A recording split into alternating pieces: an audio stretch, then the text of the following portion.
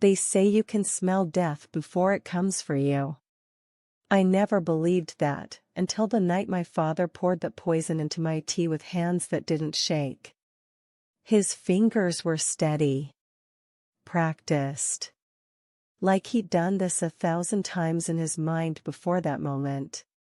The liquid was clear as water, odorless, invisible.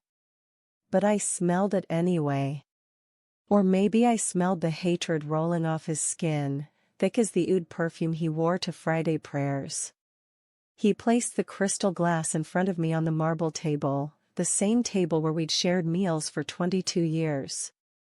Where he'd once kissed my forehead and called me his little jewel. The steam rose from the mint tea, curling in the air like smoke signals from a funeral pyre. Drink, he said. Not a request. A command. His voice was flat. Dead. Like something human had left his body and only the shell remained. I looked into his eyes, those black eyes I'd inherited, that everyone said made us look so alike, and I saw nothing. No love. No hesitation. No father. Just a man who had decided his daughter needed to die. My hands trembled as I reached for the glass. The crystal was warm against my palm. I could feel my mother's presence behind me, frozen in the doorway, her abaya rustling as her body shook with silent sobs she didn't dare release.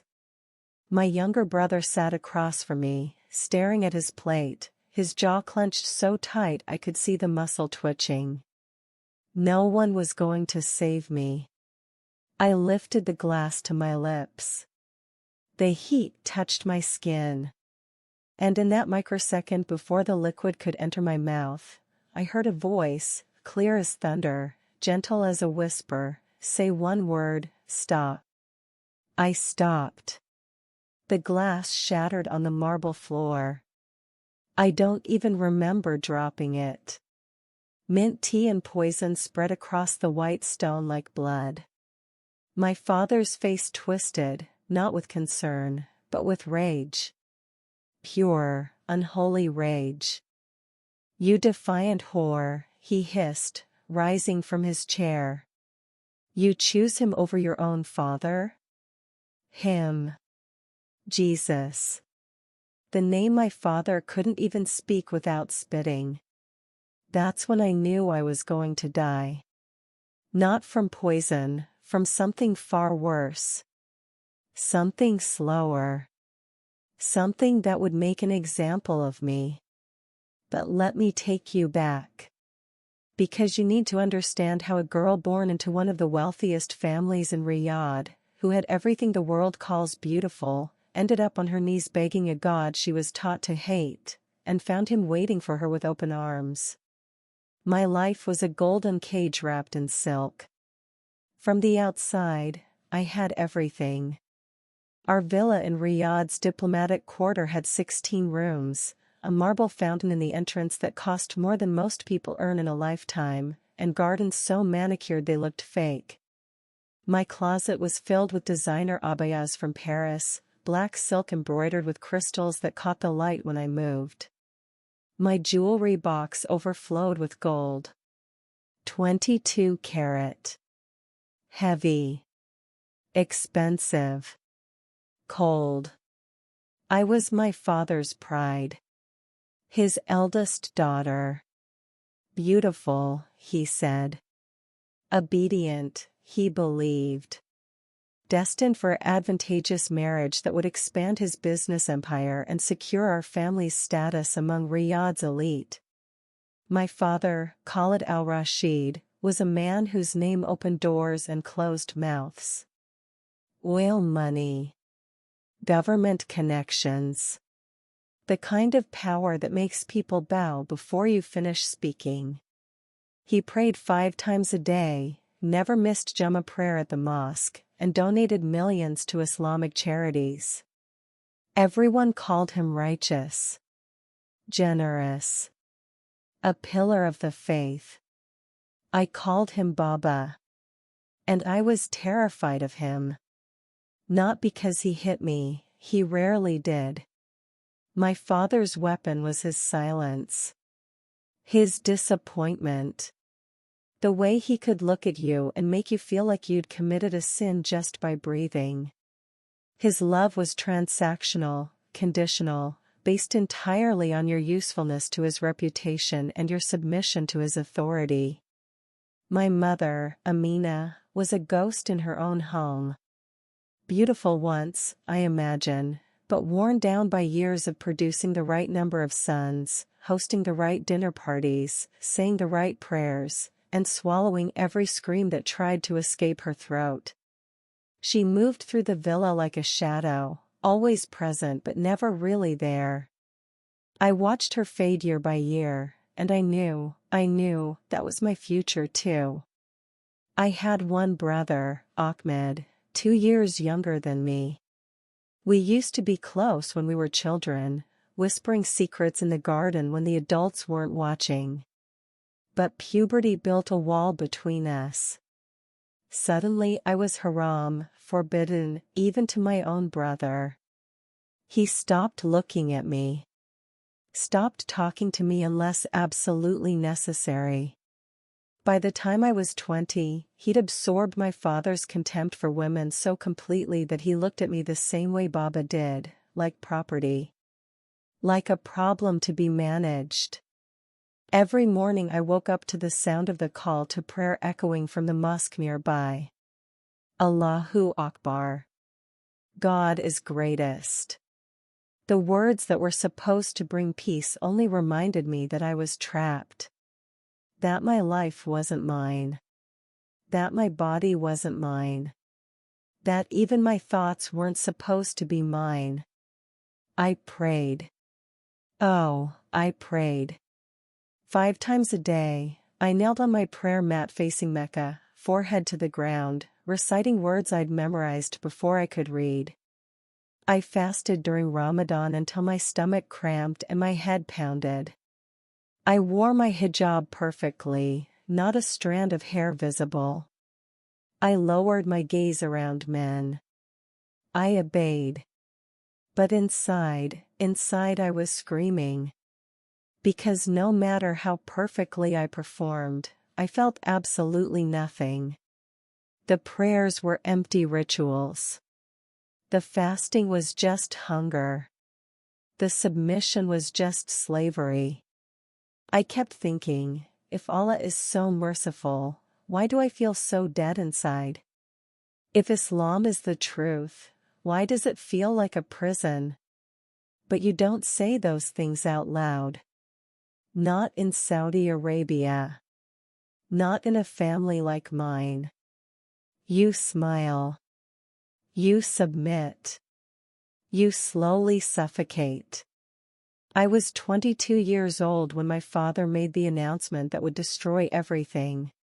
We were sitting in the formal living room, me, my mother, my brother, and Baba. The air conditioning hummed, but I felt sweat sliding down my spine beneath my abaya. Fatima, my father said, using my full name. Never a good sign. I have found you a husband. My heart stopped. I knew this was coming. I'd always known. But knowing and experiencing are 2 different kinds of hell. His name is Rashid Al-Zarani. 53 years old. Widowed. 3 children. Very successful construction business. Excellent family. He's offered a very generous mahr. 53. I was 22. He was older than my father. I opened my mouth, then closed it. What could I say? In my world, fathers chose. Daughters obeyed. That was the contract. That was Islam. That was culture. That was everything. My mother's hand found mine under the table. Her fingers were ice cold. She squeezed once, a silent apology from one prisoner to another. The wedding will be in 4 months, my father continued. You will meet him twice before then, with proper supervision. This is a great honor, Fatima. Don't disappoint me. Don't disappoint me. The words that had shaped my entire existence. That night, alone in my room with the door locked, I did something I'd never done before. I asked the universe, God, Allah, anyone who might be listening, is this all there is? Is this all I'm worth? Please, if there's more, show me. I didn't know it then, but that prayer, that desperate, faithless, furious prayer, was about to shatter everything I thought I knew about God. And rebuild me from the ashes. I met Rashid al-Zahrani 3 weeks after my father's announcement, in our formal sitting room, with my mother planted beside me like a silent chaperone and my father watching from across the room like a prison guard. He was worse than I imagined. Not because he was ugly, though his face was hard and weathered, with eyes that looked at me the way you'd examine a car before purchase. Not because he was old, though the gray in his beard and the lines around his mouth made my stomach turn when I thought about what marriage meant. It was the way he smiled. Cold. Calculating. Entitled. He sat across from me in his pristine white thobe, his hands folded over his considerable belly, and he talked. Not to me, about me. As if I were a piece of furniture being described by the seller. She's very beautiful, mashallah, he said to my father, his eyes sliding over me like oil. Good height. Good family. You say she's educated? Business degree from Princess Noura University, my father replied proudly. But she understands that education is for personal enrichment, not employment. She will be devoted to home and family.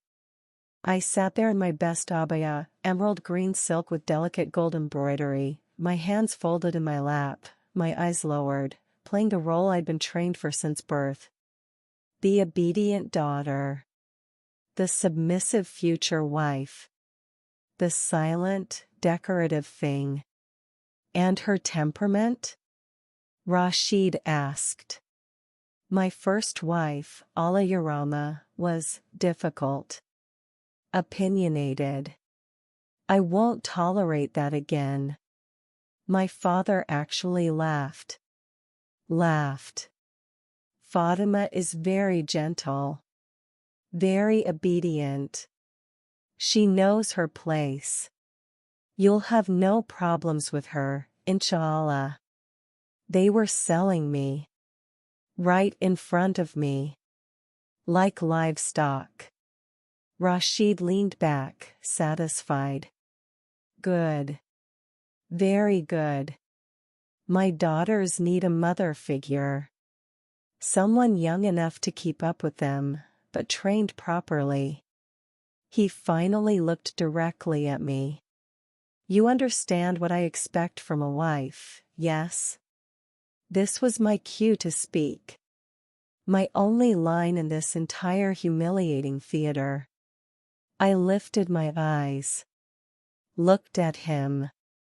And something inside me, something I didn't even know existed, whispered, no. Not out loud. I wasn't that brave yet. But inside, in the deepest part of my soul, a voice I didn't recognize said clearly, this man will destroy you. This life will kill you. This is not what you were made for. Yes, sir, I said out loud, my voice barely audible. I understand. He smiled. My father smiled. The deal was sealed. My mother's hand trembled against her teacup. That night, I couldn't sleep. I lay in my bed, a massive 4-poster thing with silk sheets that cost a fortune and felt like a burial shroud, staring at the ceiling. The air conditioning made the room cold, but I was sweating. My heart was racing. I felt like I was suffocating. In 4 months, I would belong to that man. He would own me. Own my body. Own my time. Own every breath I took. I would serve his household, raise his children, warm his bed, and slowly disappear until there was nothing left of Fatima except a ghost who cooked and cleaned and spread her legs on command. I thought about my mother. How she'd gone into her marriage probably feeling exactly what I felt now. How she'd been swallowed whole by submission and duty. How her eyes were dead now, windows to an empty room. I thought about the other women I knew, aunts, cousins, neighbors. All of them trapped in the same golden cages. All of them performing the same pantomime of contentment while dying inside. And I thought about Allah.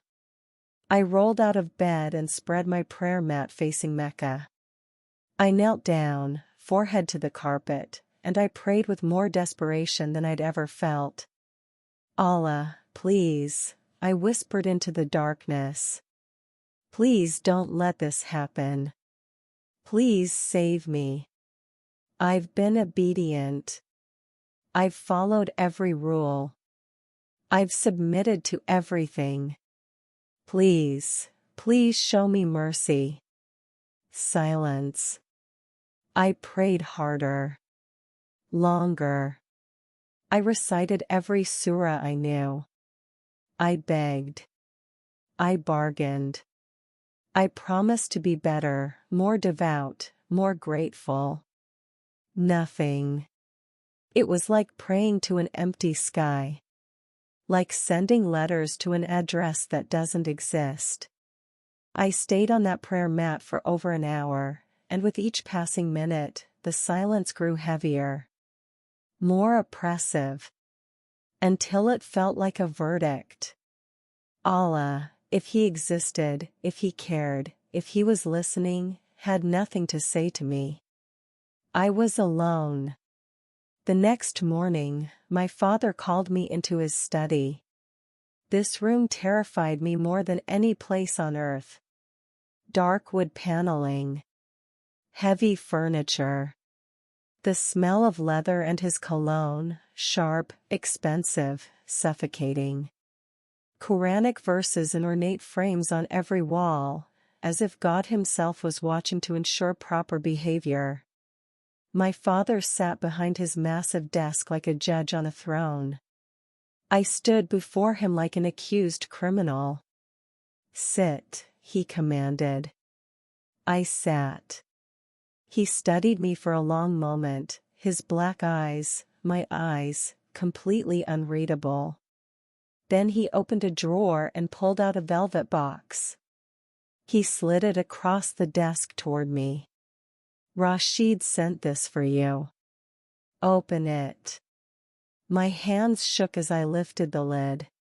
Inside was a necklace, emeralds and diamonds in an intricate pattern, probably worth more than most people's homes. It was exquisite. And I hated it with every fiber of my being. Beautiful, yes, my father said. It wasn't a question. Yes, Baba. You are very fortunate, Fatima. Many girls would kill for such a match. Rashid is wealthy, respected, established. He will provide for you magnificently. You will want for nothing. Except freedom. Except choice. Except my own life. I know, Baba. I'm very grateful. He leaned forward, and his voice dropped. This was the voice that scared me most, quiet, controlled, deadly. I have spent 22 years raising you. Feeding you. Clothing you. Educating you. Protecting our family's reputation. You have one job, Fatima. 1. To marry well and bring honor to this family. Do you understand? Yes, Baba. Rashid's family and ours will be united through this marriage. Business deals worth millions of riyals depend on this union. Our standing in society depends on this. Everything I have built depends on you doing your duty. Are you hearing me? The words were clear. I was not a daughter. I was an investment. A business asset. A pawn in his empire building. I hear you, Baba. He leaned back, satisfied. Good. The engagement party is in 2 weeks. You will smile.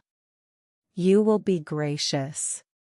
You will show everyone what a perfect bride you are. And in 4 months, you will marry Rashid al-Zahrani and fulfill your purpose. Your purpose. As if I had been born solely to serve his ambitions. Yes, Baba. He waved his hand dismissively. You may go. I stood, took the velvet box with the necklace I'd never wear willingly, and walked to the door. My hand was on the handle when he spoke again. Fatima. I turned. His face was stone. Don't disappoint me. Disappointment has consequences. The threat hung in the air like poison gas. I nodded and left, my legs somehow carrying me down the hallway even though I felt like collapsing. I made it to my room, closed the door, locked it, and stood there staring at that obscene necklace. This was my future. Locked. Decided. Inescapable. I was standing at the edge of a cliff, and everyone I knew was pushing me toward the drop. If you're watching this and you've ever felt completely powerless, like your life isn't yours, like you're just a puppet dancing on someone else's strings, then you know exactly how I felt in that moment. I had no way out. In Saudi Arabia, a woman can't travel without male permission. Can't marry without male consent. Can't even leave her own house without male approval. I had no money of my own, everything I had came from my father. I had no passport, he kept it locked in his safe. I had no friends I could trust with rebellion, they were all from families just like mine, all trapped in the same system. I was a prisoner in a country that called itself righteous. A slave in a religion that called itself peaceful. A dead girl walking in a body that still breathed. The engagement party came and went in a blur of forced smiles and congratulations from women who looked at me with pity and envy mixed together. I wore the emerald necklace because I had no choice. Rashid stood beside me possessively, his hand occasionally touching my shoulder, a preview of ownership. I smiled until my face hurt.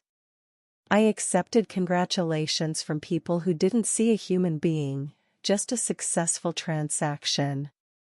And when I finally got back to my room that night, I ripped off the abaya, tore off the necklace, and screamed into my pillow until my throat was raw. That's when something inside me broke. Or maybe it finally woke up. I couldn't pray to Allah anymore. I had nothing left to say to a God who didn't answer. Who demanded everything and gave nothing. Who watched women suffer and called it righteousness. So I did something unthinkable. I opened my laptop, the one tool of semi-freedom I had, and I typed words into the search bar that could get me killed. Why do women leave Islam? And that single act of rebellion, that one desperate search for truth in the darkness, was about to bring both Jesus and death crashing into my perfectly controlled life. The internet in Saudi Arabia is heavily monitored, censored, controlled. I knew this. Everyone knew this. Certain websites were blocked. VPNs were illegal but widely used. The government watched. The religious police watched.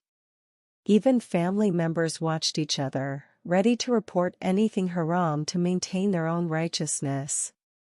But desperation makes you reckless. I sat cross-legged on my bed at 2 a.m, laptop glowing in the darkness, my door locked, my heart hammering so hard I thought it would break through my ribs. My hands hovered over the keyboard, trembling. I'd never questioned Islam before. Not really. Not out loud. Not even in the privacy of my own searching. You have to understand, questioning isn't just discouraged in my world. It's apostasy. It's betrayal. It's a sin punishable by death. The Quran was perfect. Muhammad was perfect. Islam was perfect. To suggest otherwise was to mark yourself for destruction. But I was already dying. What did I have to lose? I pressed enter. The results loaded. Testimonies. Articles. Videos. Stories from women, ex-Muslims, who had left Islam and survived. Women who described the exact emptiness I felt. The exact cage I was trapped in. They spoke of unanswered prayers and oppressive rules and the suffocating weight of a God who demanded submission but offered no love. I read their words like a woman dying of thirst finding water. One woman from Egypt wrote, "I prayed 5 times a day for 15 years and never once felt Allah's presence. Only fear. Only obligation. When I stopped praying, nothing changed, except I stopped pretending." Another from Pakistan, "They tell us Allah is merciful, but His mercy only extends to men. Women are second-class souls, worth half a man's testimony, needing male permission to exist. That's not mercy. That's slavery." I read until my eyes burned. Until the call to prayer for far echoed through the pre-dawn darkness. I should have been on my prayer mat. Instead, I was reading forbidden words that felt more true than anything I'd ever heard in a mosque. But it wasn't enough to just criticize Islam. I needed something to replace it. I needed to know, if Allah wasn't real, if Islam wasn't true, then what was? The answer kept appearing in testimonies, over and over: Jesus. Ex-Muslims who'd encountered Jesus in dreams. In visions. In moments of desperate prayer when Allah was silent but Jesus answered. They described a God who loved them not because they earned it, but because He chose to. A God who saw women as equal. A God who offered relationship, not just rules. I sat there in my bed, the dawn light starting to creep through my window, and I felt something dangerous rising in my chest. Hope. For 2 weeks, I lived a double life. During the day, I was the perfect Islamic daughter. I wore my abaya and hijab flawlessly. I attended the Quran study circle with my mother. I smiled at Rashid during our second supervised meeting, where he talked about his expectations for our home and how many children he wanted me to produce. I nodded and agreed and played my part. But at night, I became someone else. I would wait until the entire house was asleep, my father's snoring echoing from down the hall, my mother's sleeping pills having done their work, my brother lost in whatever he did on his phone until late hours. Then I would lock my door, stuff a towel under the crack to hide the light, and I would search. I watched videos of ex-Muslims sharing their testimonies on YouTube channels I had to access through a VPN. I read articles about the historical problems with the Quran, contradictions I'd never noticed, verses that horrified me when I read them with new eyes. I studied the differences between Islam and Christianity. And I prayed. But not to Allah anymore. I prayed to. I didn't even know who. The universe? Truth? Any God who might actually be listening? If you're real, I whispered into the darkness, show me. I don't care what your name is. I just need truth. I need something real. I'm drowning here. Please. Still, only silence answered. I felt like I was going insane. Split into two people. The outer Fatima who was preparing for a wedding that would erase her. And the inner Fatima who was desperately searching for a reason to keep living. The breaking point came 3 weeks before my wedding. It was a Friday. Jummah prayer day. My father insisted the entire family attend the mosque together, him and Ahmed in the men's section, my mother and me segregated behind a barrier in the women's section. I'd been to Friday prayers 1,000 times. The routine was burned into my muscle memory: arrive early, find a spot on the carpet, listen to the khutbah sermon, pray in unison with hundreds of other women, leave in silence. But that day, everything felt different.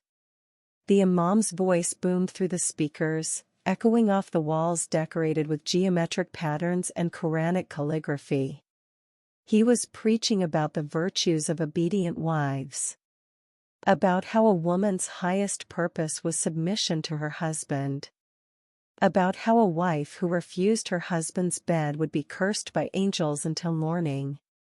About how a woman's place was in the home, serving, submitting, disappearing. Around me, women sat silently. Listening. Accepting. Some nodding along. These were educated women, doctors, teachers, businesswomen in their families' companies, all of them agreeing that their greatest value was their ability to obey men. I looked at my mother beside me. Her eyes were closed, her lips moving in automatic prayer, her face completely blank. She'd heard these words her entire life.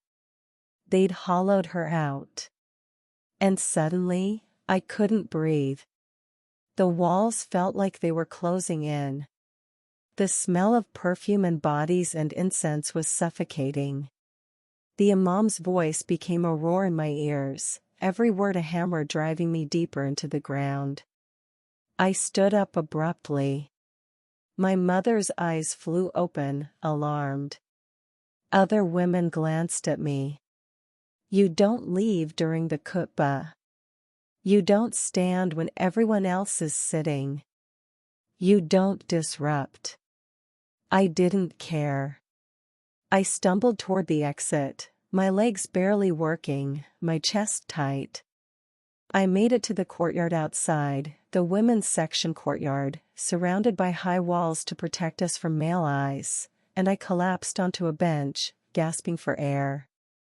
A panic attack. My first one. It felt like dying. My hands clutched at my abaya, pulling at the fabric that suddenly felt like it was strangling me. My hijab was too tight. The air was too thin. The sky was too small. And in that moment of absolute desperation, I did something I'd never done before. I prayed to Jesus. Not formally. Not with the right words. I didn't know any Christian prayers. I just gasped out into the hot Riyadh air, Jesus, if you're real, help me. Please. I can't do this anymore. Allah won't answer. If you're there, help me. Nothing happened. No lightning. No voice. No vision. Just me, hyperventilating in a mosque courtyard, having just committed what Islam considers one of the worst sins possible, calling on another god. I waited. My breathing slowly returned to normal. The panic subsided, leaving exhaustion in its wake. Still nothing. I felt like a fool. A desperate, pathetic fool who just prayed to a prophet that Muslims said was dead and Christians said was God, and neither version had shown up. I was utterly, completely alone.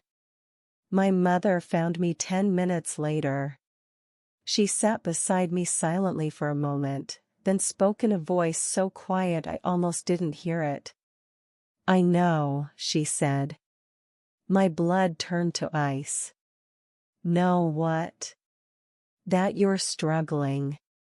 That you don't want this marriage. That you're questioning." I couldn't breathe again. If my mother knew, did my father know?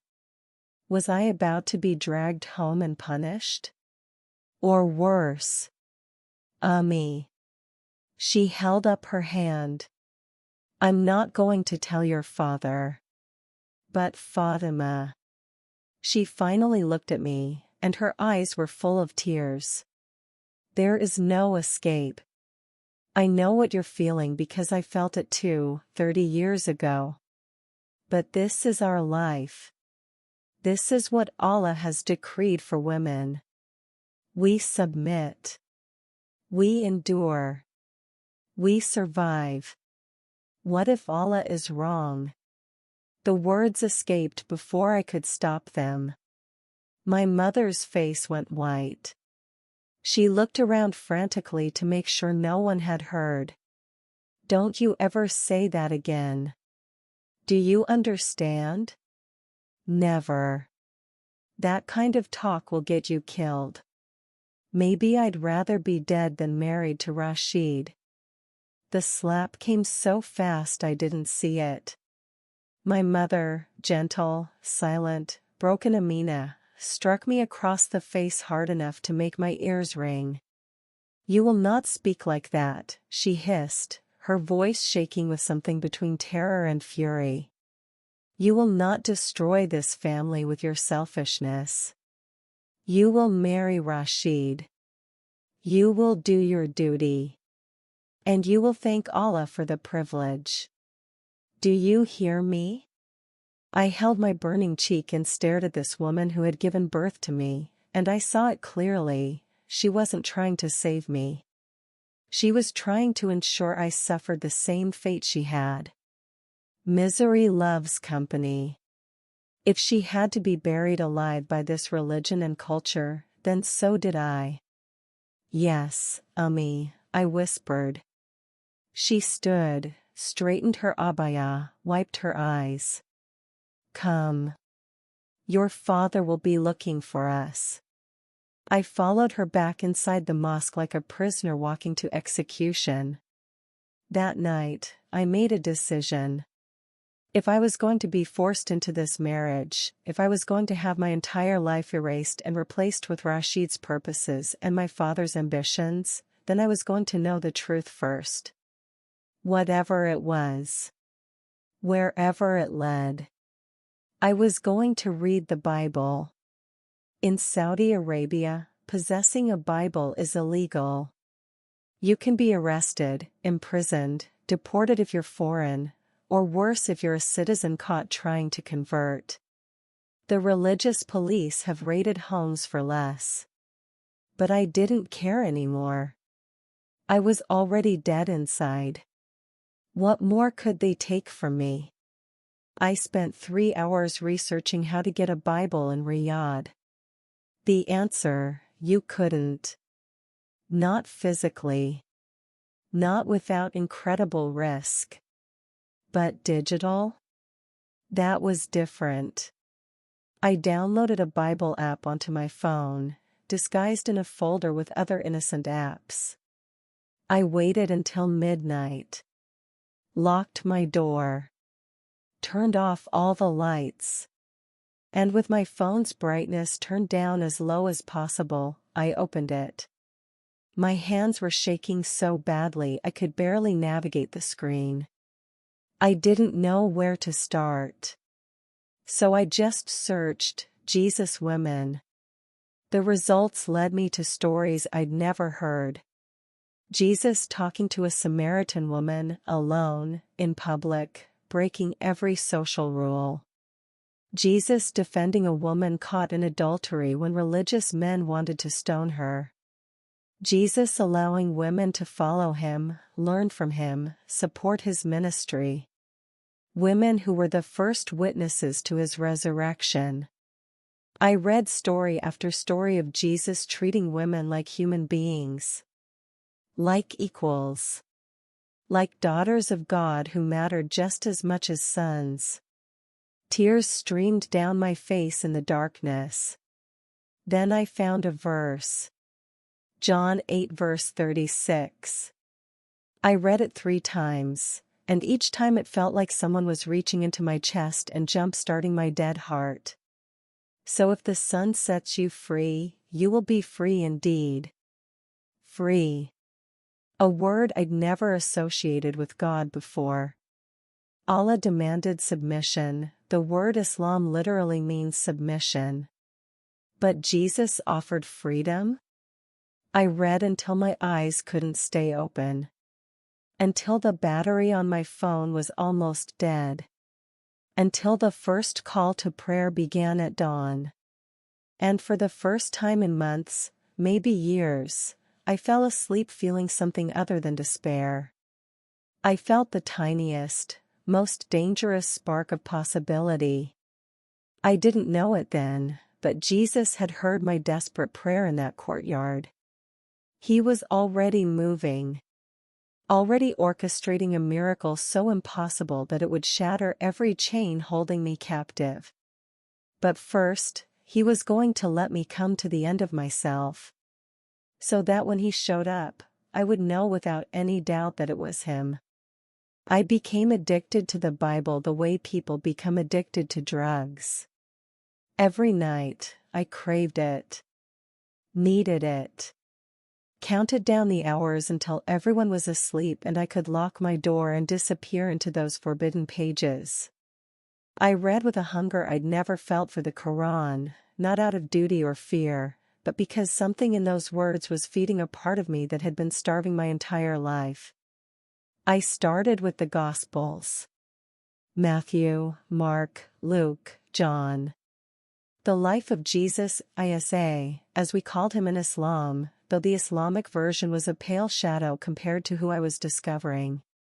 The Jesus of the Quran was just a prophet. Important, yes, but human. Mortal. Dead and gone. The Jesus of the Bible was something else entirely. He claimed to be God.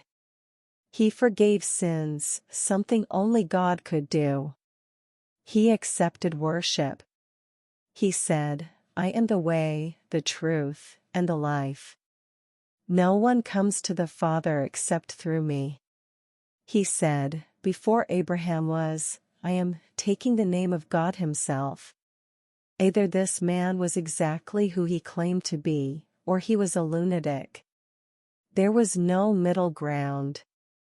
I read about his miracles. Healing the sick. Raising the dead. Calming storms with a word. Walking on water. And finally, dying on a cross and rising 3 days later. Witnesses. Hundreds of them. People who went to their deaths rather than deny what they'd seen. Islam taught that Jesus never died on the cross. That Allah substituted someone else at the last minute. That the crucifixion was a trick, an illusion. But as I read the historical accounts, the eyewitness testimonies, the way the disciples transformed from terrified cowards into fearless martyrs after seeing the resurrected Christ, I realized something that made my blood run cold. Islam had lied to me. I started comparing the Quran and the Bible directly. Taking verses side by side. Looking at the character of God in each book. The Allah I'd worshipped my entire life was distant. Unknowable. He could love you or hate you based on whether your good deeds outweighed your bad. He was capricious, Allah guides whom He wills and leads astray whom He wills. You never knew where you stood. Even Muhammad, the Prophet himself, didn't know if he'd make it to paradise. But the God of the Bible, the Father that Jesus talked about, was different.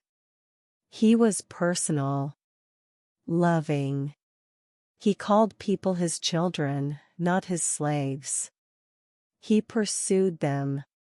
Died for them. Rose for them. Offered absolute assurance of salvation not based on performance, but on grace. On a gift that couldn't be earned. For God so loved the world that He gave His one and only Son, that whoever believes in Him shall not perish but have eternal life. John 3 verse 16. I must have read that verse 50 times. Each time, it hit me like a physical blow. God loved the world. Not just men. Not just Arabs. Not just Muslims. The world. And the requirement wasn't perfection, it was belief. Trust. Relationship. This was completely opposite to everything I'd been taught. I started making a list on a hidden note app on my phone. Problems with Islam I'd never allowed myself to see. The Quran permitted men to marry up to 4 wives, plus unlimited concubines. It allowed men to beat disobedient wives. It said a woman's testimony was worth half a man's. It said women had to cover themselves because men couldn't control themselves. It prescribed death for apostasy, for people like me who questioned. Muhammad married a 6-year-old girl and consummated the marriage when she was 9. He had over 11 wives. He led military raids. He ordered executions of poets who criticized him. He owned slaves. These weren't anti-Islamic lies. These were facts recorded in the Hadith, the Islamic historical texts that Muslims themselves considered authentic. And I'd been taught my entire life that this man was the perfect example for all humanity. I felt sick. How had I never seen this? How had I spent 22 years reading these texts and never questioned? Because questioning meant death. Doubt meant apostasy. And apostasy meant losing everything: family, community, safety, life itself. Fear had kept me blind. But I couldn't unsee it now. 2 weeks before my wedding, I did something incredibly stupid and absolutely necessary. I needed to talk to someone. Anyone. I was drowning in information and questions and terror, and I had no one I could trust. Every person in my life, family, friends, relatives, were all part of the same system. They would turn me in immediately. So I went online. I found a website, a support community for secret converts in Islamic countries. Ex-Muslims and Muslim seekers who were investigating Christianity in secret. It was encrypted, anonymous, dangerous to access even with a VPN. I created an account using a fake name. And I posted. I'm a Saudi woman. 22, being forced to marry in 2 weeks. I've been reading the Bible in secret. I think Jesus might be real. I think Islam might be false. I'm terrified. I don't know what to do. If I refuse the marriage, my father will kill me. If I convert, the government will kill me. I have no escape. Can someone please help me understand what I'm supposed to do? I hit submit and immediately regretted it. What if the site was monitored? What if the government was tracking it? What if I'd just signed my own death warrant? But I was beyond caring. I needed truth more than I needed safety. 3 hours later, I got responses. A woman from Iran, sister, I know your fear. I've lived it. Jesus is real. He found me in a dream when I was in your exact position. Don't give up. Keep seeking him. He will make a way. A man from Egypt, you're not crazy. Everything you're discovering is true. Islam falls apart under investigation. But be careful. Very careful. Your life is in real danger. Pray for Jesus to reveal himself to you directly. He does that for seekers in Muslim countries. A woman from Pakistan, I escaped an arranged marriage with help from an underground network. There are people who help women like us. If you need to run, there may be options. But first, make sure you're ready to lose everything. Because that's what it costs. I read their words until my vision blurred with tears. I wasn't alone. Other people had walked this path. Some had survived. Some had found Jesus. Some had escaped. But many of the testimonies ended with, I lost my family. I'll never see them again. I live in hiding. But I'm free. And I have Jesus. And it was worth it. Was it worth it? Was Jesus worth losing everything? I didn't know yet. Because I still hadn't encountered him myself. I'd read about him. Studied him. Been fascinated by him. But I hadn't met him. Not yet. 1 week before my wedding, my bedroom became a war zone of wedding preparations. Dresses being fitted. Jewelry being selected. My mother and aunts fluttering around me like birds decorating a cage. They talked about the wedding night, offering me horrifying advice about how to please my husband, how to endure the pain, how to make myself desirable. I stood there like a mannequin while they pinned fabric and draped gold and discussed my body like it was community property. Inside, I was screaming. That night, after they all left and the house fell silent, I did something I'd never done before. I got on my knees, not facing Mecca, but facing nothing, everywhere, anywhere Jesus might be, and I spoke out loud for the first time. Jesus. I don't know if you can hear me. I don't know if you're real or if I'm losing my mind. But I've read about you. How you loved women. How you died for people. How you rose from death. If that's true, if you're true, I need you to show me. Because I have 7 days before I marry a man who will destroy me. 7 days before my life is over. My voice broke. Tears poured down my face, dripping onto my prayer mat, the same mat I'd prayed onto Allah for years and heard nothing. Everyone says you appear to Muslims in dreams. That you reveal yourself to people who seek you. I'm seeking. I'm begging. If you're real, please. Show me. I'll give up everything for truth. But I need to know it's truth. I can't die for a maybe. Please, Jesus, if you're there, talk to me. I stayed on my knees for over an hour, crying, begging, waiting. Nothing. No voice. No vision. No feeling of divine presence. Just me, alone in my room, praying to a God I wasn't sure existed. I finally crawled into bed, exhausted and hollow. Maybe tomorrow, I whispered into the darkness. Please, maybe tomorrow.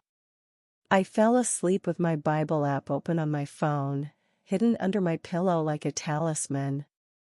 Listen to me carefully, if you're watching this. I know some of you are in the same place I was. Questioning. Searching. Terrified. Reading this in secret, hoping no one catches you. Wondering if Jesus is real or if you're just desperate enough to believe in fairy tales. I need you to understand something. Jesus was real. Yes, real. But he doesn't always show up on our timeline. I didn't know it that night, but Jesus had been pursuing me since before I'd even started searching. He'd heard that first desperate prayer in the mosque courtyard. He'd guided me to every website, every testimony, every verse. He was orchestrating something so much bigger than I could see. But he was waiting. For the perfect moment. For me to come to the absolute end of myself. So that when he did reveal himself, there would be no doubt. No confusion. No questioning whether it was my imagination or my desperation or a fever dream. He was waiting for the moment when only a miracle could save me. And that moment was 6 days away. The next morning, I woke to my mother shaking me urgently.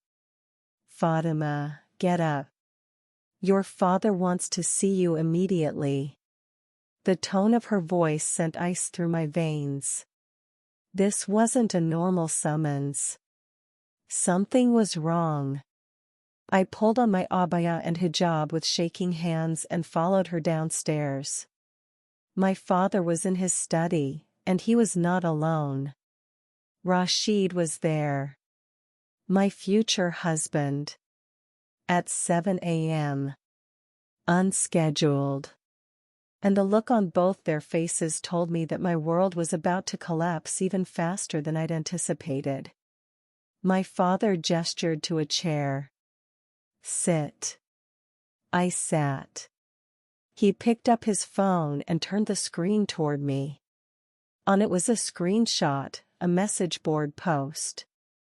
My message board post. From the secret ex-Muslim website. My heart stopped. Is this you? My father asked, his voice deadly quiet. I couldn't breathe. Couldn't speak. Couldn't think. Rashid leaned forward, his face twisted with disgust. Answer your father, girl. Have you been reading Christian propaganda? Have you been questioning Islam? The room spun. How did they find it? The VPN. The encryption. The anonymous account. How? My voice wouldn't work. My father stood slowly, and I'd never seen such rage in his eyes. You have brought shame on this family, he said quietly. You have committed apostasy. You have betrayed Islam, your family, and Allah himself. He looked at Rashid. The wedding is cancelled. I will not allow an apostate to marry into your honorable family. I apologize for wasting your time. Rashid stood, shaking his head with disgust. She should be reported to the authorities. Apostasy is a crime against the state. I will handle my own daughter, my father said coldly. Rashid left without another word, and I should have been relieved that the wedding was cancelled, but all I felt was terror. Because I knew what handle meant. My father looked at me with those dead, black eyes. Go to your room. You are not to leave. You are not to use your phone or computer. You speak to no one. I will decide what to do with you. I stumbled upstairs on legs that barely worked. My mother wouldn't look at me. I locked myself in my room and realized I had just run out of time. They knew. My father knew. And in Saudi Arabia, families dealt with apostasy privately, quietly, before the shame could spread. Honor killings, they called them. Restoring family honor by eliminating the source of shame. I had maybe days. Maybe hours. I fell to my knees one more time and whispered, Jesus, if you're real. I'm out of time. Please. I need you now. And this time, finally, miraculously, impossibly, he answered. I don't know how long I knelt there on the floor of my bedroom, minutes, hours, time had lost all meaning. My body was numb. My mind was spinning. Every possible future I could imagine ended in death or worse. My father would kill me. Or he'd lock me away in a psychiatric facility where they treated rebellious women with drugs and isolation until they broke. Or he'd turn me over to the religious police and let the state handle me publicly, making an example of the al-Rashid family's righteousness by sacrificing their own daughter. There was no escape. No way out. The walls were closing in, and I was trapped.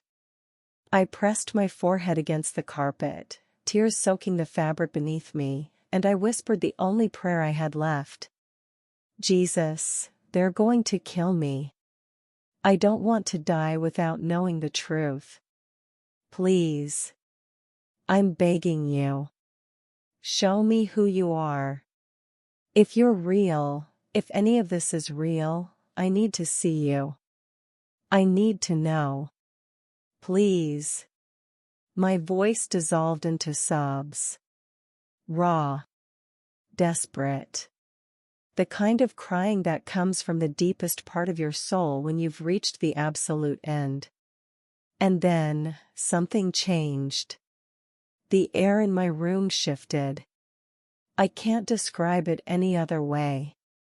It was like the atmosphere became heavier, denser, charged with something I'd never felt before. The temperature didn't change, but I felt warmth spreading through the room, not physical heat, but something else. Something alive.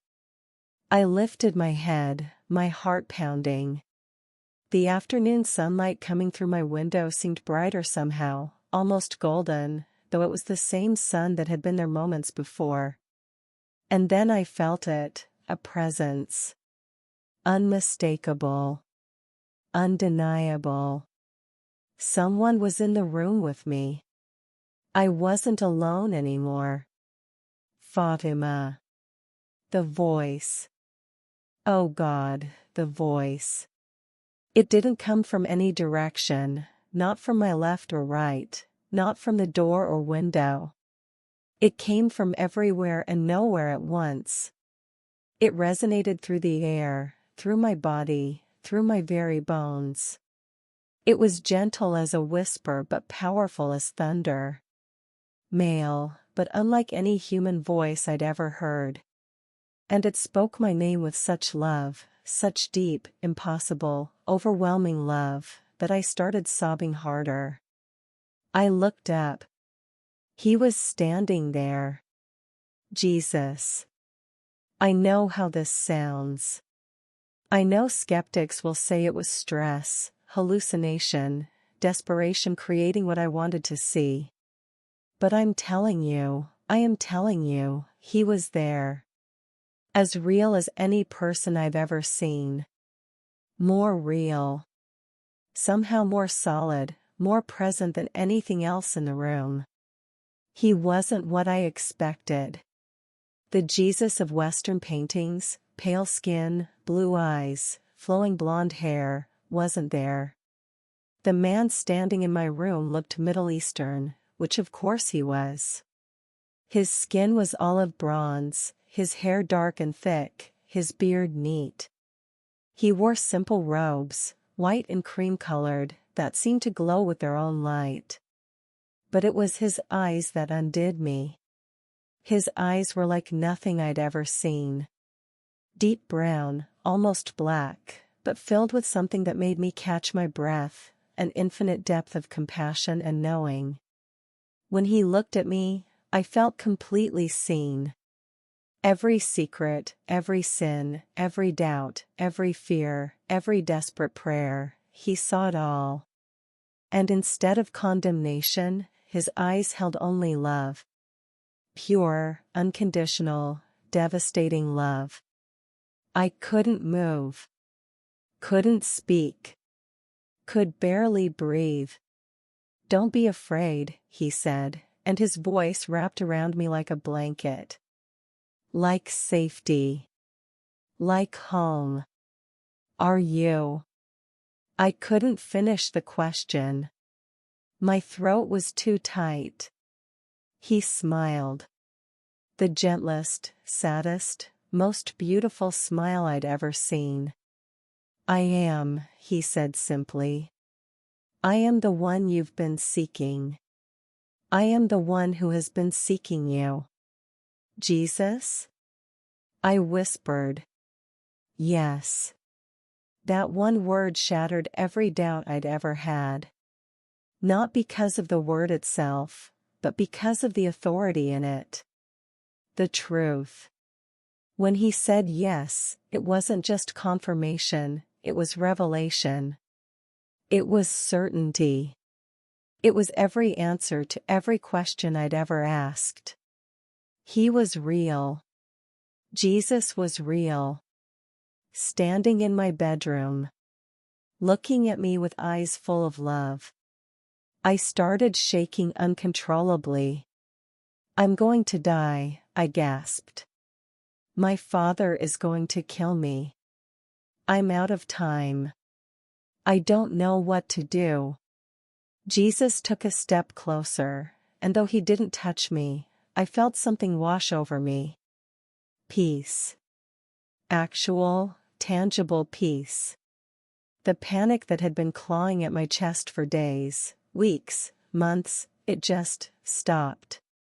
"Fatima," he said, "I died for you.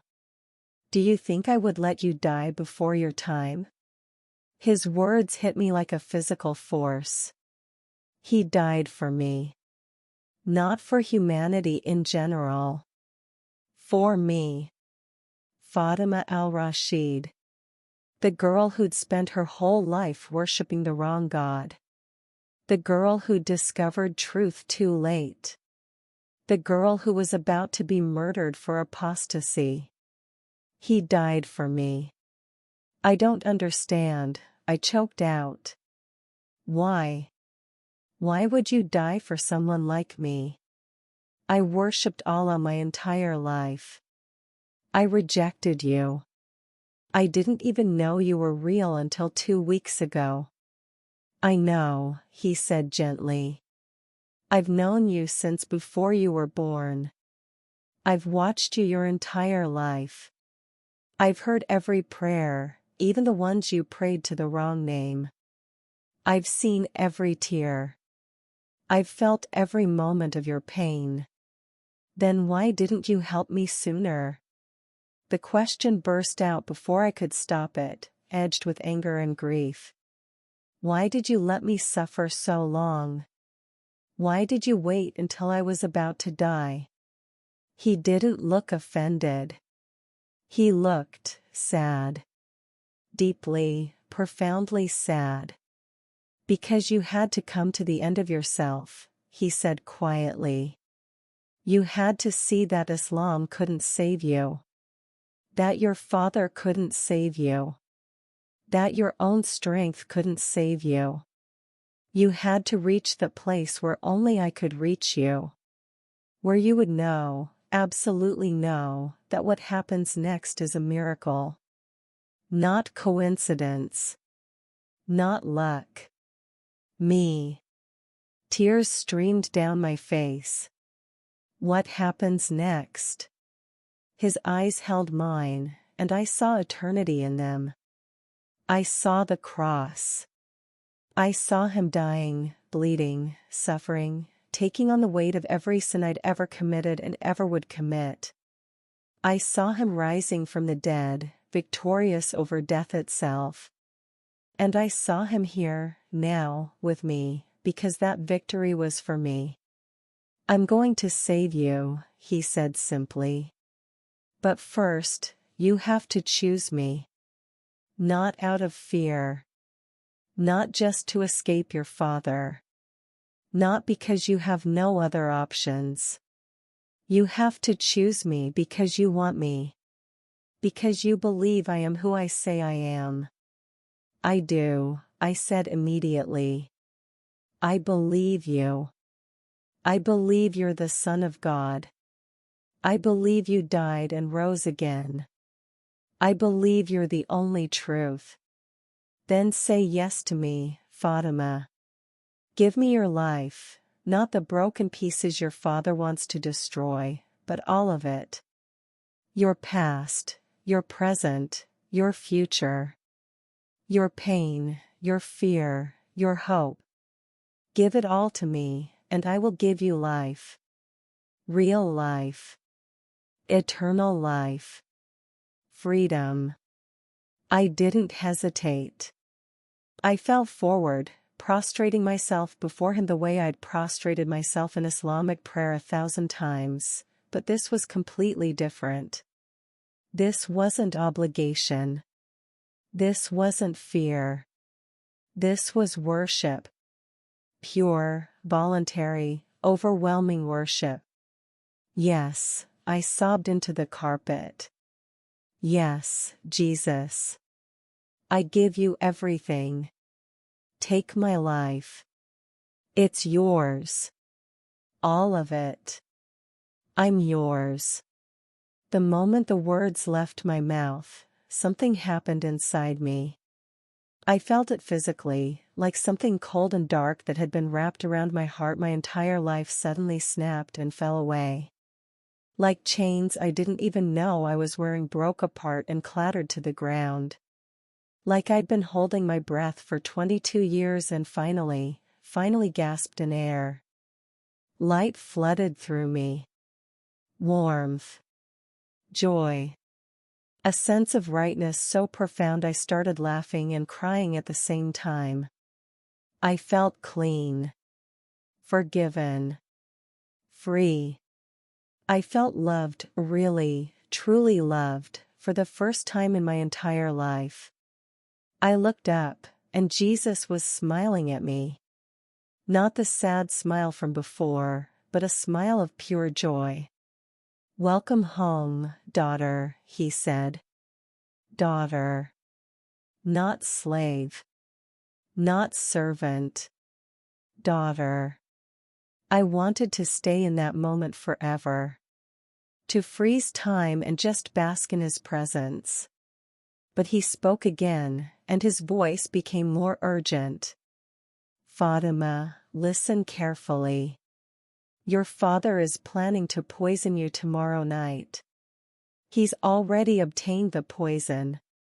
He believes it's the quietest way to handle the problem of your apostasy, a sudden illness, a tragic death, and the family's honor remains intact. Ice flooded my veins. Tomorrow night? Yes. But I am not going to let that happen. Tomorrow night, when he brings you the tea, I want you to trust me. Do exactly as I tell you, and I will show everyone in that room who I am.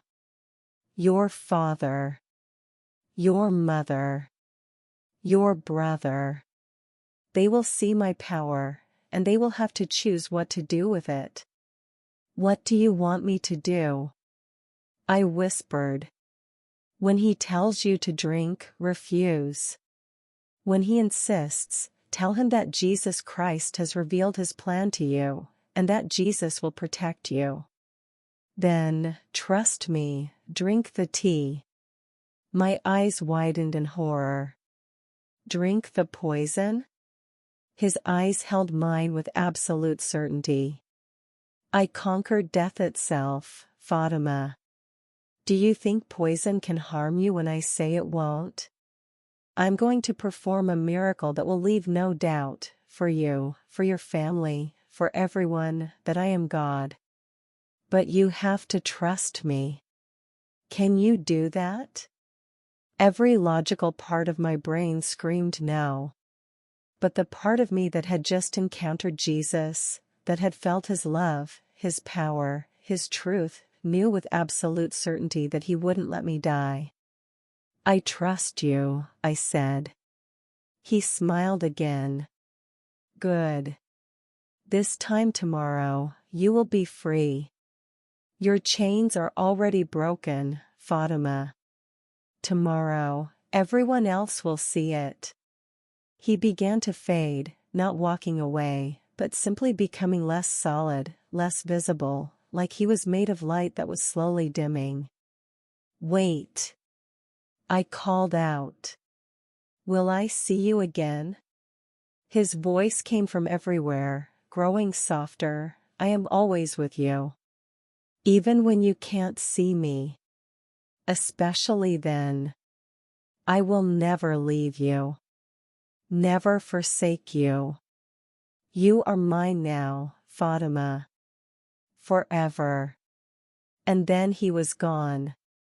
I stayed on the floor of my bedroom for a long time after he disappeared, just breathing. Just existing in the aftermath of the most powerful experience of my life. Jesus was real. He had appeared to me. Spoken to me. Called me daughter. And he'd told me that tomorrow night, he was going to perform a miracle that would change everything. I should have been terrified. I was going to drink poison. Voluntarily. Trusting that the man I just met in a vision would keep me alive. But I wasn't afraid. For the first time in my entire life, I felt peace. Real, solid, unshakable peace. Because I knew that Jesus was exactly who he said he was. And if he said he would save me, then I was already saved. I pulled out my phone and opened the Bible app one last time, searching for something, though I didn't know what. My eyes landed on Isaiah 43 verses 1-2. Do not fear, for I have redeemed you, I have summoned you by name, you are mine. When you pass through the waters, I will be with you, and when you pass through the rivers, they will not sweep over you. When you walk through the fire, you will not be burned, the flames will not set you ablaze. When you walk through the fire, you will not be burned. I read it again. And again. And then I started laughing, actually laughing, because Jesus had just promised me the exact same thing. He was going to walk me through the fire. The poison. The death sentence. And I was going to live. Tomorrow night, my father would try to kill me. And tomorrow night, Jesus was going to prove that death had no power over his children.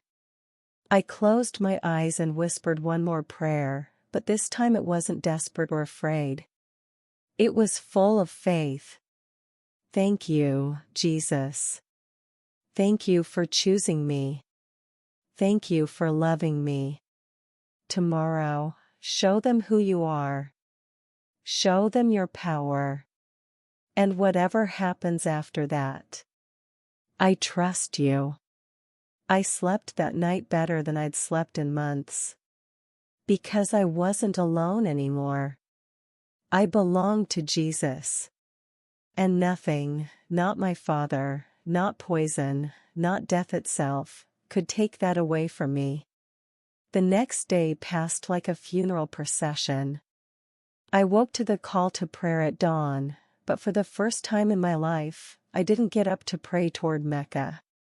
Instead, I stayed in bed and whispered to Jesus, thanking him, talking to him like he was right there in the room. Because he was. I couldn't see him, but I felt his presence wrapped around me like armor. My door was locked from the outside. I heard the click of the bolt sometime during the night. My father had made me a prisoner in my own bedroom. Around mid-morning, my mother slid a tray of food under the door, flatbread, labna, olives. I ate mechanically, not tasting anything. My stomach was in knots, but not from fear. From anticipation.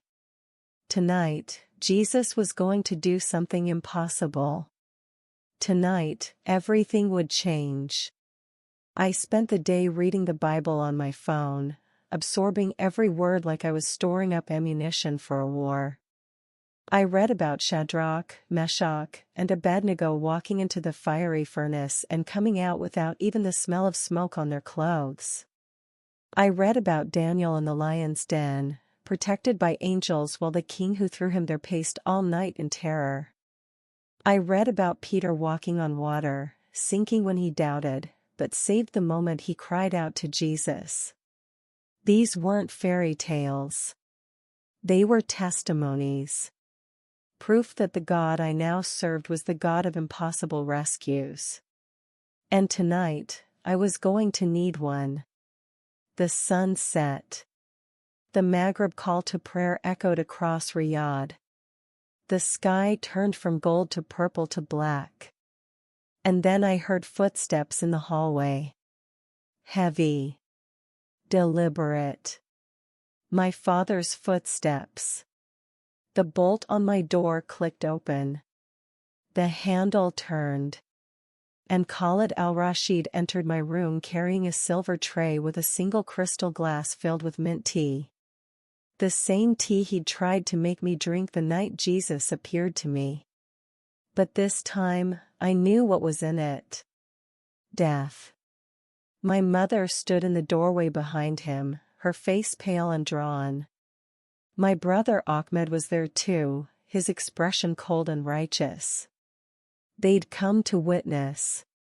To make sure I drank. To watch the problem of Fatima be quietly eliminated. My father set the tray on my desk and turned to look at me. His face was a mask, no emotion, no hesitation, no trace of the man who used to call me his little jewel. Sit, he commanded. I sat on the edge of my bed, my hands folded in my lap. My heart was pounding, but not with fear. With adrenaline. With faith. Jesus, I'm trusting you. Please don't let me die. You have disgraced this family, my father began, his voice flat and cold. You have abandoned Islam. You have read Christian lies. You have committed apostasy, a sin punishable by death under Sharia law and a crime against the Kingdom of Saudi Arabia. I said nothing. Just watched him. I could turn you over to the authorities, he continued. Let them make an example of you publicly. But I will not bring that shame upon our family name. Instead, I am offering you mercy. Mercy. He called this mercy. He gestured to the tea. Drink this. It will be quick. Painless. You will simply fall asleep and not wake up. We will tell everyone you had a sudden illness. You will be buried with honor as a Muslim. Your apostasy will die with you, and our family's reputation will remain intact. My mother let out a choked sob from the doorway. Ahmed's jaw tightened, but he said nothing. I looked at the tea. Steam still rose from it in delicate curls. The poison was invisible. Odorless. perfect for a quiet murder disguised as natural causes. And if I refuse? I asked quietly. My father's eyes went dead. Then I will hold you down and pour it down your throat myself. Either way, Fatima, you are drinking that tea. The only choice you have is whether you do it with dignity or force. I took a deep breath. Jesus, this is it. I'm trusting you. I stood up and walked to the desk. Picked up the crystal glass. Felt the warmth of the tea against my palm. My father watched me like a hawk. Satisfied. Victorious. I lifted the glass halfway to my lips, then stopped and looked directly into his eyes. Jesus Christ revealed your plan to me, I said clearly. He told me last night that you were going to poison me. He appeared to me in this room, in a vision, and he told me exactly what you intended to do. My father's face went white. My mother gasped. Ahmed took a step forward, his eyes wide. You're insane, my father hissed. There is no Jesus. There are no visions. There is only your delusion and your betrayal. He's real, I said, my voice growing stronger. More real than anything I've ever known. More real than Islam. More real than your threats. Jesus is the Son of God, and he died for my sins and rose from the dead. And he told me to tell you that he will protect me. Enough, my father roared. Drink the tea now, or I swear by Allah. I will drink it, I interrupted.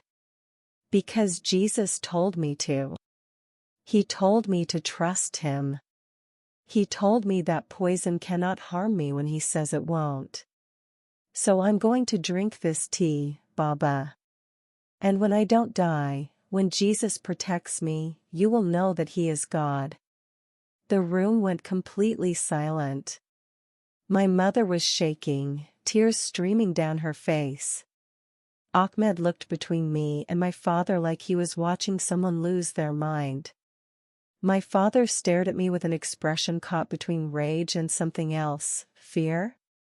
You're bluffing, he said, but his voice wavered. You think I'll stop you. You think I'll admit there's poison and save you.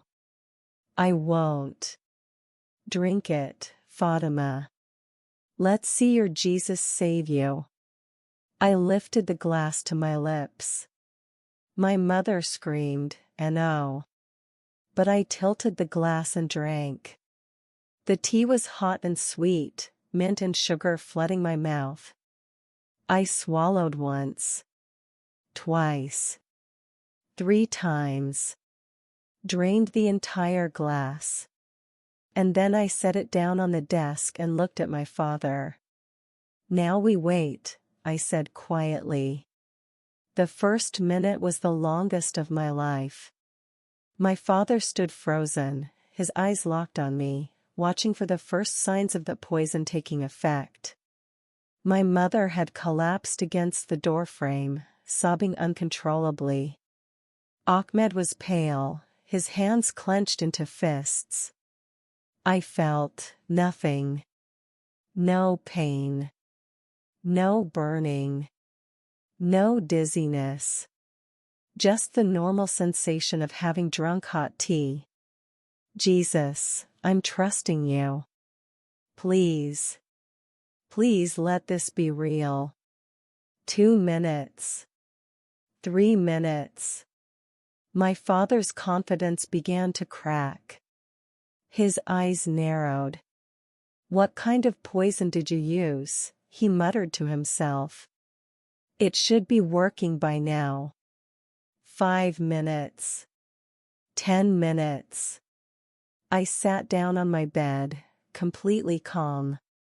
My heartbeat was steady. My breathing normal. No symptoms. Nothing. What's happening? Ahmed whispered. Baba, why isn't she? Shut up, my father snapped. But I could see it in his eyes, confusion. Fear. The dawning realization that something was very, very wrong with his plan. 15 minutes passed. I should have been unconscious by now. Convulsing. Dying. But I sat there, perfectly healthy, perfectly fine, looking at my father with steady eyes. It's not working, my mother whispered, her voice filled with something between hope and terror. Khalid, the poison isn't working. I know, my father exploded.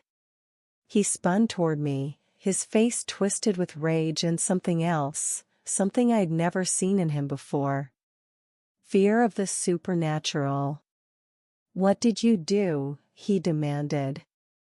What trick is this? No trick, I said quietly. Jesus protected me.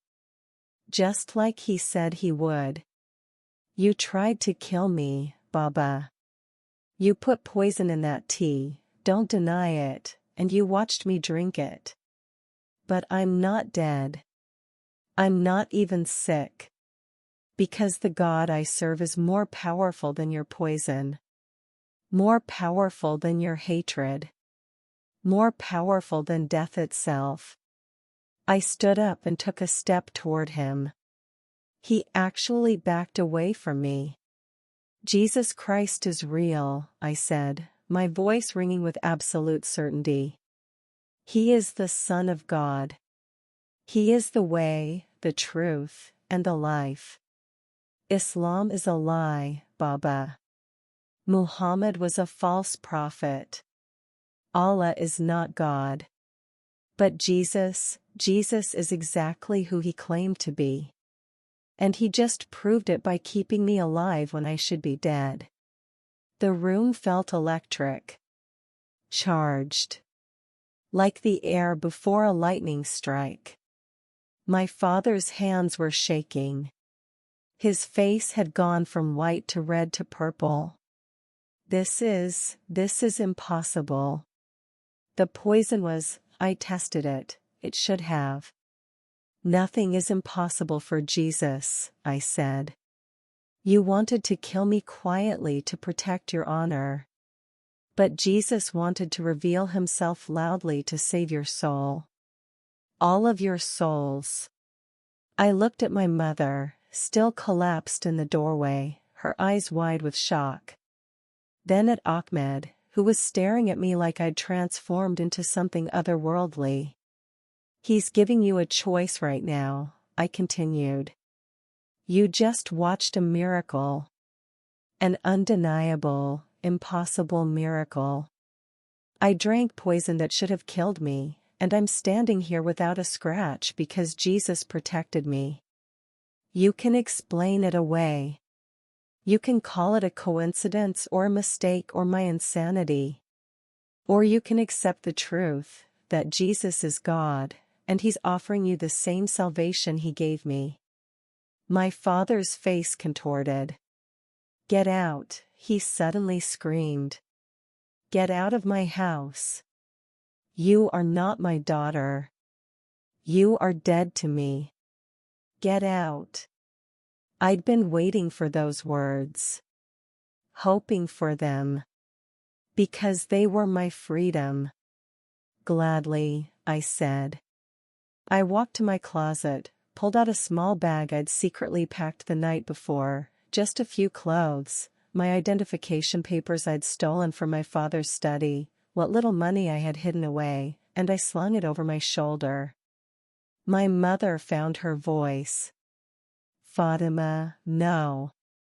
You can't leave. Where will you go? You have no one. Nothing. You'll die out there. I have Jesus, I said, looking at her with so much love and pity. That's more than enough. Ummi, I love you. I forgive you. And I pray that someday you'll see what I see. That you'll know the freedom I've found. She just sobbed harder. I turned to Ahmed. My baby brother. The boy I'd played with in the gardens before puberty built walls between us. Ahmed, I said softly. Don't become him. Don't let hatred poison your heart the way it poisoned Baba's. There's another way. A better way. Jesus can show you if you let him.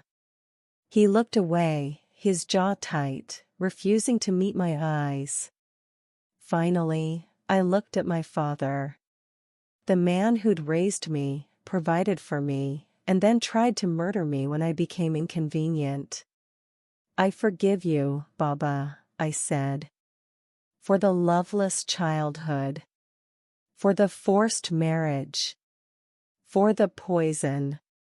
I forgive you because Jesus forgave me for so much more. I'll pray for you every day for the rest of my life. I pray you find him before it's too late.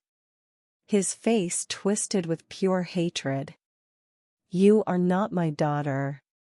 You are an apostate and a whore. If I see you again, I will kill you with my own hands. Get out of my sight. I walked past him, past my weeping mother, past my silent brother. I walked out of my bedroom, down the marble hallway, past the fountain in the entrance that cost more than most people earn in a lifetime, past the gardens so manicured they looked fake. I walked out the front door of the villa I'd lived in my entire life, leaving behind everything I'd ever known, my family, my wealth, my safety, my name. But I wasn't walking away empty-handed. I was walking away with Jesus. And as I stepped through the gates into the Riyadh night, a woman alone, with no male guardian, with nowhere to go and no plan for survival, I felt his presence surround me like a shield. I am with you, his voice whispered in my spirit. Every step. I will never leave you. I walked into the darkness with a smile on my face. Because I wasn't walking into darkness at all. I was walking into the light. If you're watching this and you think I'm crazy, if you think this story is too dramatic, too supernatural, too impossible to be true, I understand. I would have thought the same thing 6 months ago. But I'm telling you, I drank poison. Real poison. I should be dead. But Jesus kept me alive. Not because I'm special. Not because I deserved it. But because he wanted to prove, to me, to my family, to anyone who hears this story, that he is exactly who he claimed to be. The resurrection and the life. The way, the truth, and the life. God and flesh. I walked away from that house with nothing but a bag of clothes and a God who conquered death. And somehow, impossibly, miraculously, that was more than enough. The first night of freedom is supposed to feel triumphant. Liberating. Like the moment a bird breaks out of its cage and soars into open sky. But as I stood on the street outside my family's villa at 9 o'clock at night, watching the gates close behind me with a final, terrible click, all I felt was terror. I was a 22-year-old Saudi woman. Alone. At night. With no male guardian. No abaya. I'd ripped it off the moment I left the property, revealing the simple jeans and long-sleeved shirt I'd worn underneath. My hijab was stuffed in my bag. My hair, my scandalous, forbidden hair, was exposed to the night air for the first time since I was 12 years old. In Saudi Arabia, this was more than just breaking cultural norms. It was dangerous. Potentially deadly. Women alone after dark attracted attention. Police attention. Religious police attention. And if they discovered I was an apostate, a runaway, a woman who'd abandoned Islam and defied her father, I would disappear into a detention center. Or worse. I started walking. I didn't know where I was going. I just knew I needed to move. To get as far from that house as possible before my father changed his mind and came after me. My phone buzzed in my pocket. I pulled it out. 23 missed calls from my mother. 17 text messages from Ahmed. Nothing from my father, because he'd already said everything he needed to say. I turned off my phone. I couldn't afford to be tracked. The streets of Riyadh's diplomatic quarter were wide and clean and eerily empty.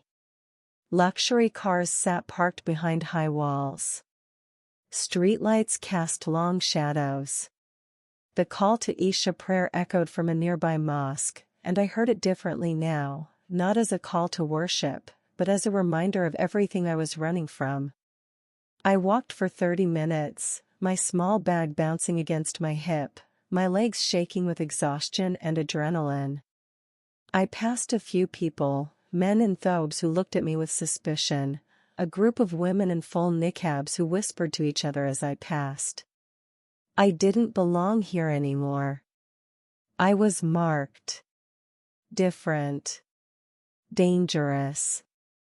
Jesus, I prayed silently as I walked. You saved me from poison. Now please save me from whatever comes next.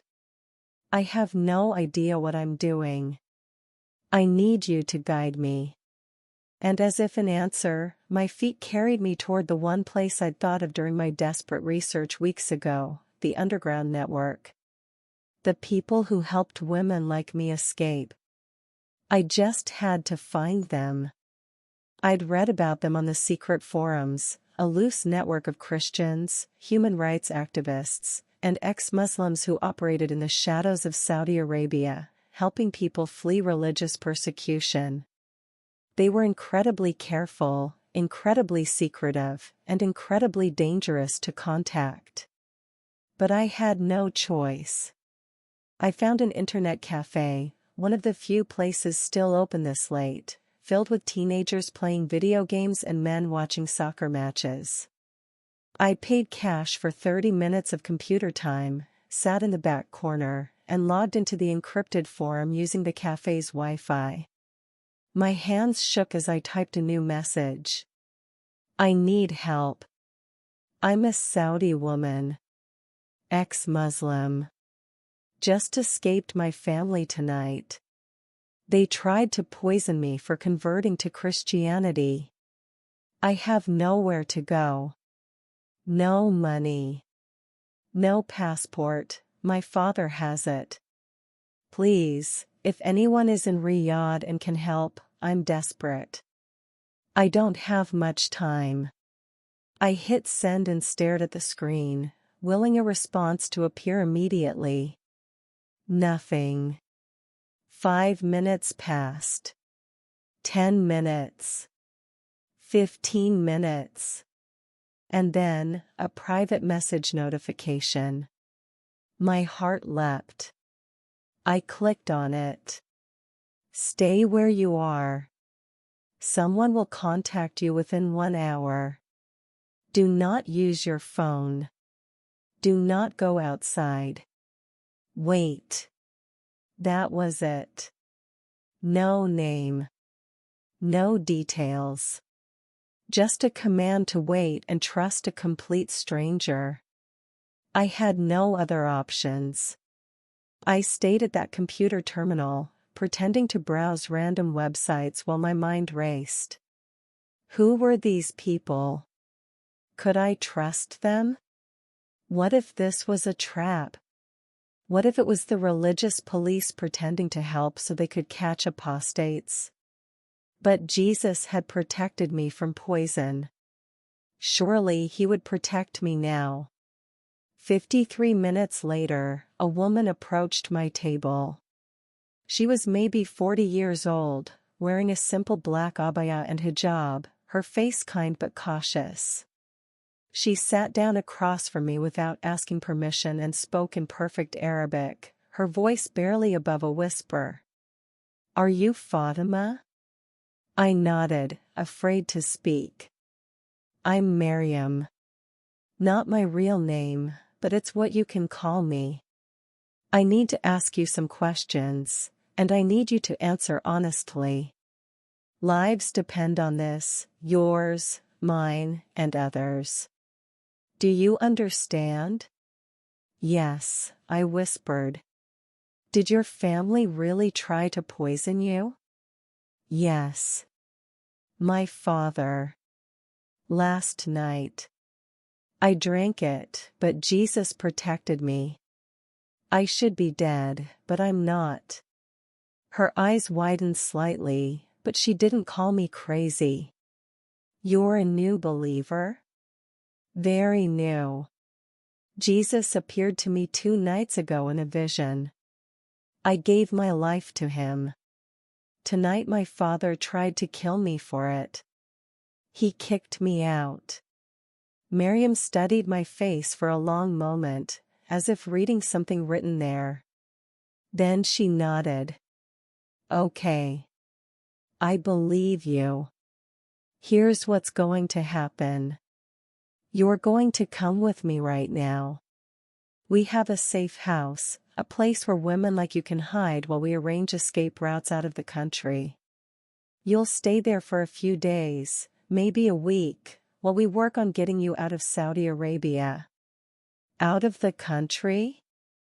Hope and terror mixed in my chest. "Where?" "Depends. Jordan, maybe. Lebanon. Somewhere you can claim asylum as a religious refugee. But first, we have to get you off the streets before someone recognizes you or reports you." "Your father, has he reported you to the police yet?" "I don't know." "Then we need to assume he has. Come. Now." She stood, and I followed her out of the internet cafe into the night. We walked for 10 minutes in silence, Miriam leading me through side streets and alleyways I'd never known existed in my own city. Finally, we arrived at an ordinary-looking apartment building in a middle-class neighborhood. She unlocked a door on the 3rd floor and ushered me inside.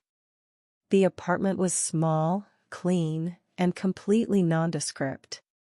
But inside were 3 other women, all of them young, all of them wearing Western clothes, all of them looking at me with the same expression I must have worn, exhausted relief mixed with lingering terror.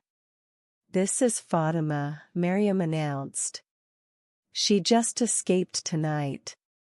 Fatima, this is Noor from Yemen, Layla from Kuwait, and Aisha from here in Riyadh. They're all waiting for their escape routes too." The women greeted me with sad smiles and knowing nods. They understood.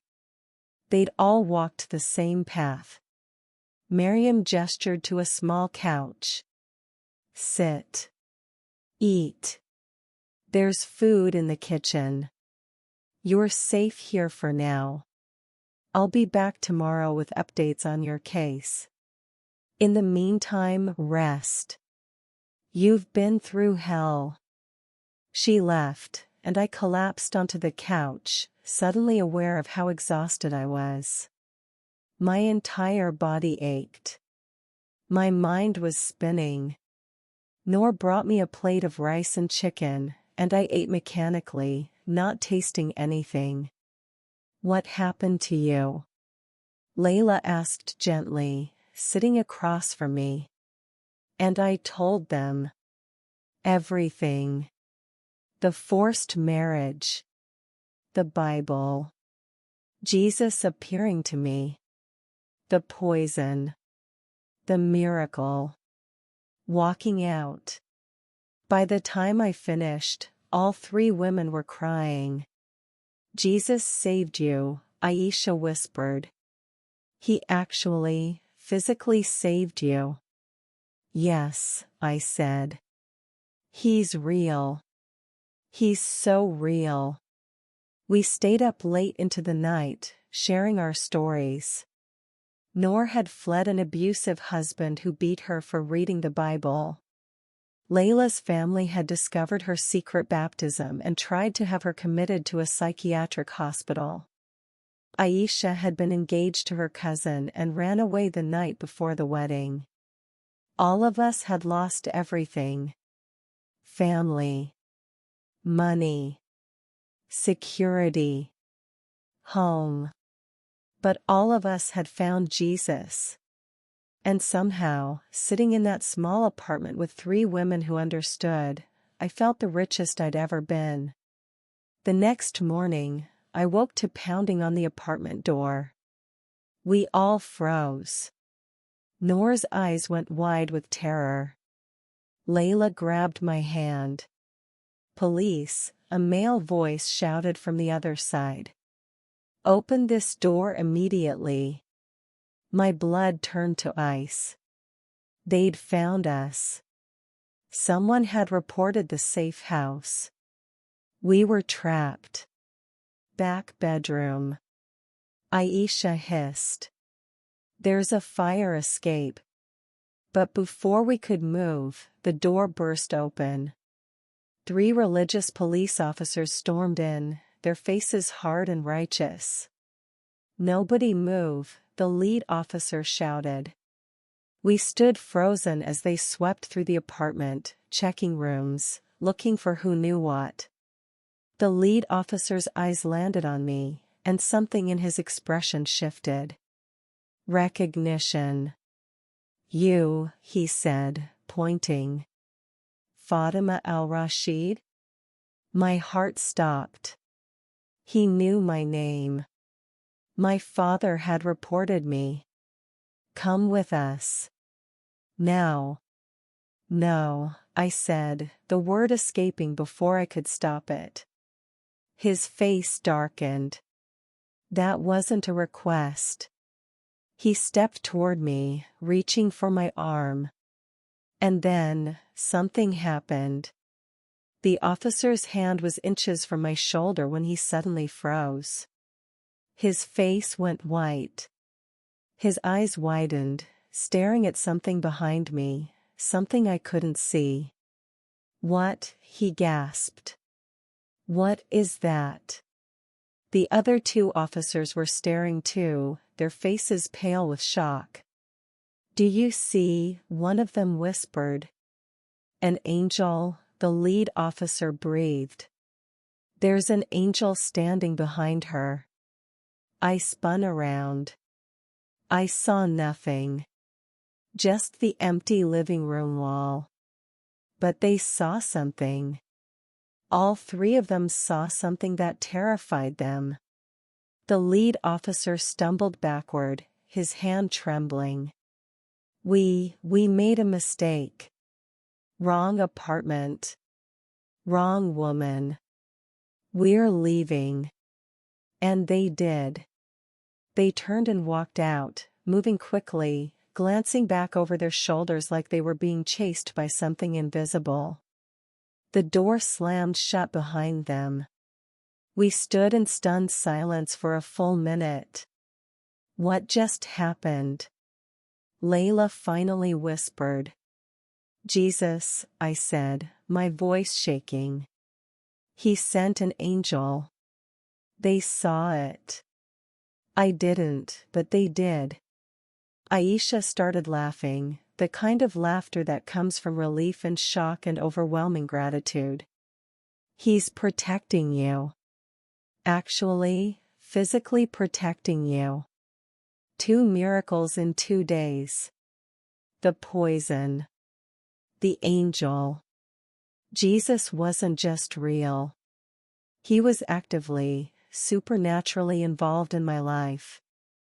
3 days later, Miriam returned with news. We've arranged your escape, she said. There's a truck leaving tomorrow night for Jordan.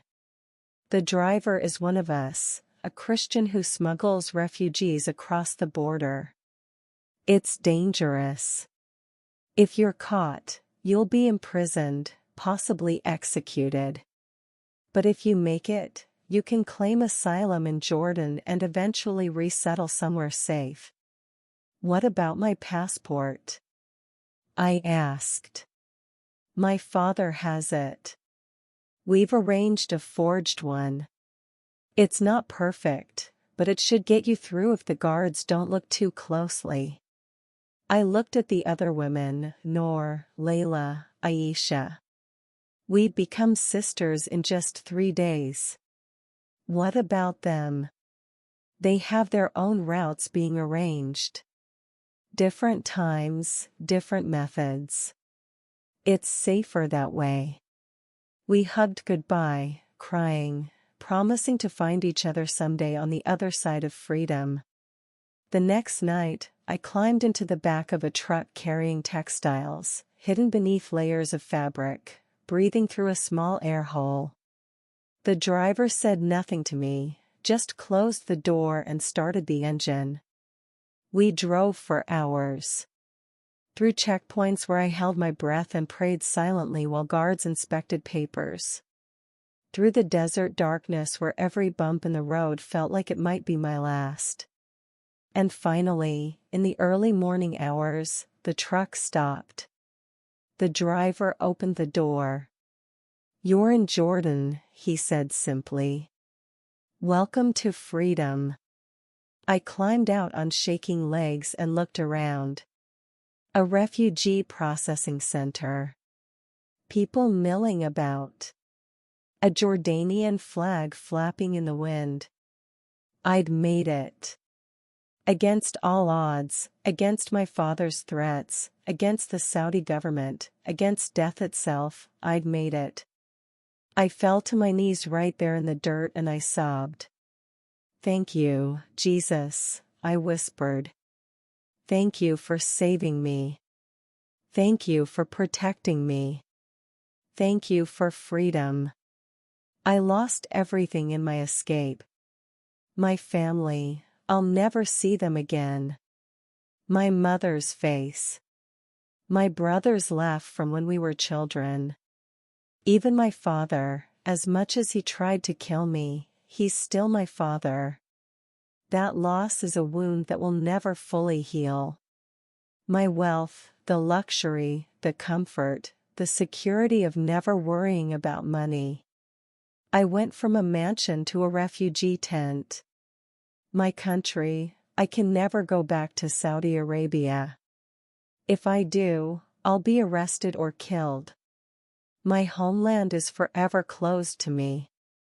My name, I had to change it for safety. Fatima al-Rashid is dead. I'm someone else now. But I gained everything that matters. I gained Jesus. The one who loved me enough to die for me. Who appeared to me in my darkest moment. Who protected me from poison and sent angels to guard me and orchestrated an impossible escape. I gained freedom. Real freedom. Not just from Saudi Arabia, but from the lie of Islam, from the weight of performance-based religion, from the fear of a God who demands everything and loves nothing. I gained life. Eternal life. The absolute certainty that when I die, I will see Jesus face to face and he will welcome me home. I gained purpose. Because my story isn't just for me. It's for every woman trapped in Islam. Every person enslaved by false religion.